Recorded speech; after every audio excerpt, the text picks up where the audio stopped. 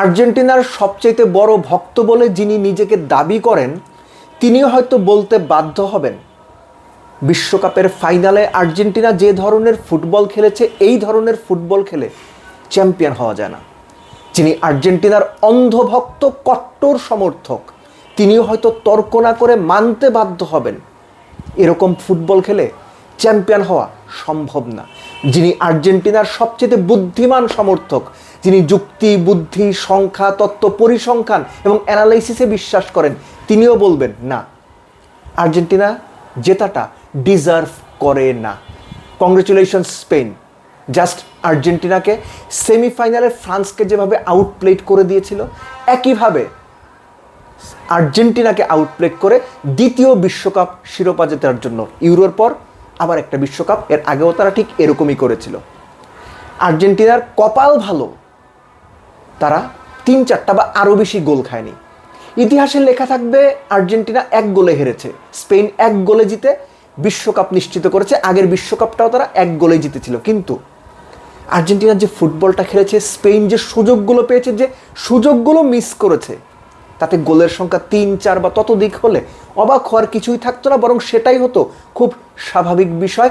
Lionel Messi তার বিশ্বকাপ ক্যারিয়ারে যতগুলো ম্যাচ খেলেছেন, সবগুলো বিশ্বকাপ মিলে যতগুলো ম্যাচ খেলেছেন, এই পার্টিকুলার 2026 বিশ্বকাপ ফাইনালের মতো নিষ্প্রভ লিওনেল মেসি কেউ দেখেছেন কিনা মনে করতে পারবেন না। এখন লিওনেল মেসি নিষ্প্রভ থাকা মানে আর্জেন্টিনা নিষ্প্রভ হয়ে যাওয়া, নাকি ট্যাকটিক্যালি কোচ বিরাট সব ভুল সিদ্ধান্ত নিয়েছেন? এবং ম্যাচ শেষে কমেন্টেটর বলছিলেন, স্পেনই হচ্ছে এই দুই দলের একমাত্র যারা বিশ্বকাপের ফাইনালটা জেতার জন্য খেলেছে। আর্জেন্টিনার অ্যাপ্রোচ একবারও দেখে মনে হয়নি তারা বিশ্বকাপ ম্যাচটা জেতার জন্য খেলছে। এবং অনেক ক্ষেত্রেই মনে হয়েছে ইংল্যান্ড আর্জেন্টিনার সঙ্গে 1 গোল করার পরে যে ধরনের ডিফেন্সিভ স্ট্র্যাটেজিতে গিয়ে ম্যাচটা শেষ করার চেষ্টা করেছে, আর্জেন্টিনা শুরু থেকেই যেন ওই স্ট্র্যাটেজিতে গিয়েছিল। এবং এর চাইতেও গুরুত্বপূর্ণ, শুরু থেকেই মনে হয়েছে আর্জেন্টিনা যেন ভীত, আর্জেন্টিনা যেন আত্মবিশ্বাসহীন, আর্জেন্টিনা যেন কোনোভাবে ম্যাচটা শেষ করতে পারলেই বাঁচে এবং একই সঙ্গে টিকে থাকার জন্য তারা বিশ্বকাপ ফাইনালটা খেলেছে। এই ধরনের ফুটবল আর্জেন্টিনাকে এর আগে কোনো ম্যাচেই খেলতে দেখা যায়নি। কোচের ট্যাকটিক্যাল চেঞ্জের কারণে হোক, ভুল সিদ্ধান্তের কারণে হোক, বেস্ট 11 বাছাই করার ক্ষেত্রে, এগুলো নিয়ে আরও পরবর্তীতে অনেক বেশি আলোচনা হবে। এখন জাস্ট ছোট করে বলা যে বেস্ট 11 সাজানোর ক্ষেত্রেও যথেষ্ট মুনশিয়ানার পরিচয় লিওনেল স্কালোনি দিয়েছেন কিনা, এটা নিয়ে তর্ক হতে পারে। একই সঙ্গে মনে করিয়ে দেওয়া জরুরি, এই যে আর্জেন্টিনা এবং স্পেনের খেলা, বিশ্বকাপের ফাইনালটা হলো, 117 মিনিট পর্যন্ত বা 116 মিনিট পর্যন্ত আর্জেন্টিনা স্পেনের বার লক্ষ্য করে কোনো শট নিতে পারেনি অন টার্গেট। পরের কথা, শেষের দিকে 3টা শট তারা নিয়েছে, একটাও অন টার্গেট ছিল না। এবং এর মধ্যেও সিমিওনি দুর্দান্ত সুযোগ নষ্ট করেছেন, যেটা গোল হওয়ার মতো বা স্কোরিং অপরচুনিটি ছিল। এর আগে বাদবাকিটুকু পুরোটাই স্পেন। আমি এর আগে একটা আলোচনাতে বলেছিলাম যে 3টা কাজ করতে পারলে আর্জেন্টিনা বিশ্বকাপ জিতবে, নইলে ফ্রান্স যেভাবে স্পেনের কাছে নাস্তানাবুদ হয়ে হেরেছিল, ওই রকম কোনো কিছু আর্জেন্টিনার জন্য অপেক্ষা করছে। দ্বিতীয়টা হয়েছে রড্রিকে কোনোভাবেই থামানো যায়নি, তার কাছ থেকে বলের ডিস্ট্রিবিউশন কিংবা বল তার কাছে আসা আর্জেন্টিনা আটকাতে পারেনি। আর্জেন্টাইন মিডফিল্ডাররা পুরোপুরি আউটপ্লেড হয়ে গেছেন স্প্যানিশ মিডফিল্ডারদের কাছে।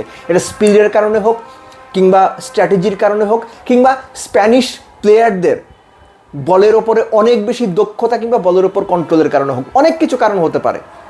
শুধু তাই নয়, আর্জেন্টিনা পুরো ম্যাচটা যেভাবে প্রসিড করেছে, শুরু থেকে খেয়াল করে দেখেন আর্জেন্টিনার ডিসপোজালে কিংবা বেঞ্চে কি এমন প্লেয়ার ছিল না যে যারা স্প্যানিশ ডিফেন্ডারদের বা স্প্যানিশ মিডফিল্ডকে ব্যতিব্যস্ত করে তুলতে পারেন, যারা বল নিয়ে সোলো রান করতে পারেন। এরকম প্লেয়ার আর্জেন্টিনার ডিসপোজালে ছিল, আর্জেন্টিনা ব্যবহার করেনি। আর্জেন্টিনা সেম ওল্ড স্ট্র্যাটেজিতে ওই ডিফেন্সিভ জায়গা থেকে ম্যাচটা প্রসিড করে ভুল করেছে বলে আমার মনে হয়।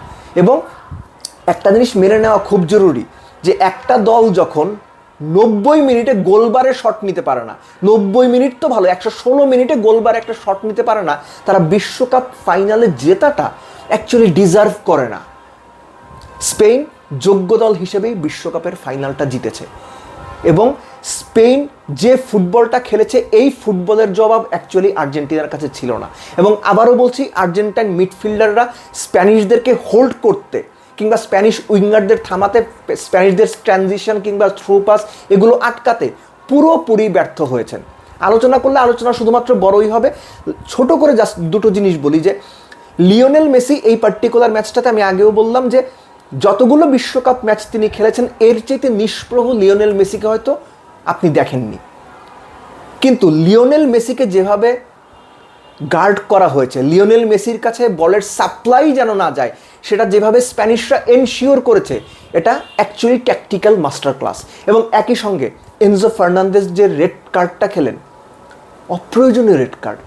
মনে পড়ে 1998 বিশ্বকাপে এরিয়েল ওর্তেগা নামে একজন প্লেয়ার ছিলেন যাকে নতুন ম্যারাডোনা বলা হতো। তিনি এডুইন ভ্যান্ডারসারকে নেদারল্যান্ডসের বিপক্ষে থুতনিতে অযথা একটা গুঁতো দিয়ে রেড কার্ড পেয়েছিলেন, সম্ভবত 98 বিশ্বকাপেই যতটুকু মনে করতে পারি।